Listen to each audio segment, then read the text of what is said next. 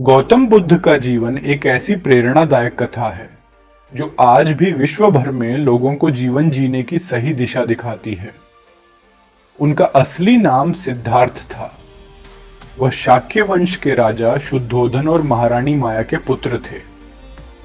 उनका जन्म लुम्बिनी में हुआ था, जो आज के नेपाल में स्थित है।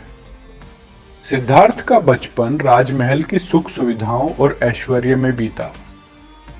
राजा शुद्धोधन ने यह सुनिश्चित किया था कि सिद्धार्थ को जीवन की किसी भी कठिनाई का सामना न करना पड़े। एक भविष्यवाणी के अनुसार सिद्धार्थ या तो एक महान राजा बनेंगे या एक महान संत।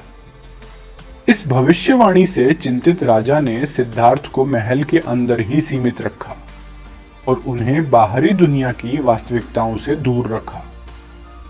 परंतु एक दिन सिद्धार्थ ने अपने महल से बाहर जाने का निर्णय लिया। राजा ने उनकी सुरक्षा के लिए रास्ते में कई व्यवस्थाएं की ताकि सिद्धार्थ को कोई दुखद अनुभव न हो। परंतु जैसे ही सिद्धार्थ महल से बाहर निकले, उन्होंने 4 दृश्यों को देखा जिसने उनकी दृष्टि बदल दी। उन्होंने एक वृद्ध व्यक्ति, एक बीमार व्यक्ति, एक मृत व्यक्ति और एक सन्यासी को देखा।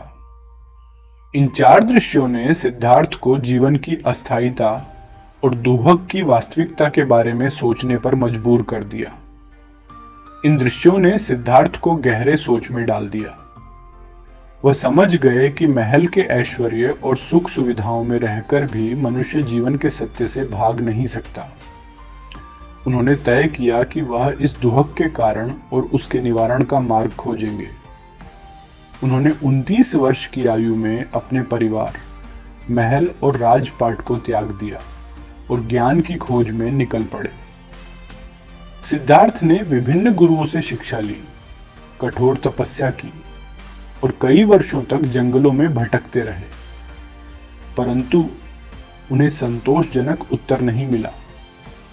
उन्होंने कठोर तपस्या का मार्ग भी अपनाया, लेकिन वह भी असफल रहा। अंततः उन्होंने मध्यम मार्ग का अनुसरण करने का निर्णय लिया। बोधगया में बोधि वृक्ष के नीचे ध्यान करते हुए सिद्धार्थ ने अंततः ज्ञान प्राप्त किया। उन्हें बुद्ध के नाम से जाना गया, जिसका अर्थ है जागृत। बुद्ध ने 4 आर्य सत्य और अष्टांगिक मार्ग की शिक्षा दी। 4 आर्य सत्य हैं: दुहक, दुहक का कारण, दुहक का निवारण और दुहक निवारण का मार्ग। बुद्ध ने अपनी शिक्षा को सबके लिए खुला रखा, चाहे वे किसी भी जाति, धर्म या वर्ग के हों।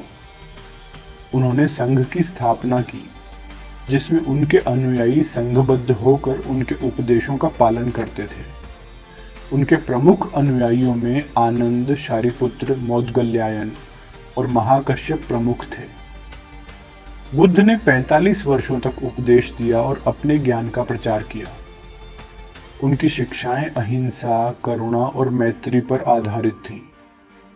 उन्होंने बताया कि सभी जीवों में एक समानता है और सभी को सम्मान और दया के साथ जीना चाहिए। महापरिनिर्वाण से पहले बुद्ध ने अपने अनुयायियों को यह संदेश दिया कि वे उनके उपदेशों को अपने जीवन में अपनाएं और सत्य के मार्ग पर चलें। उन्होंने कहा कि हर व्यक्ति को आत्मनिर्भर बनना चाहिए और अपने भीतर सत्य की खोज करनी चाहिए। महापरिनिर्वाण के बाद बुद्ध की शिक्षाएं उनके अनुयायियों द्वारा संरक्षित और प्रचारित की गईं। उनके उपदेशों ने विश्व भर में बौद्ध धर्म के रूप में प्रसार पाया और आज भी यह धर्म करोड़ों लोगों के जीवन का मार्गदर्शन करता है। गौतम बुद्ध का जीवन एक उदाहरण है कि कैसे एक व्यक्ति आत्मज्ञान की खोज में अपने व्यक्तिगत सुख और ऐश्वर्य को त्याग कर मानवता के लिए एक नया मार्ग प्रशस्त कर सकता है। उनका जीवन और उनकी शिक्षाएं हमें सिखाती हैं कि सत्य, करुणा और अहिंसा के मार्ग पर चलकर हम अपने और दूसरों के जीवन को बेहतर बना सकते हैं।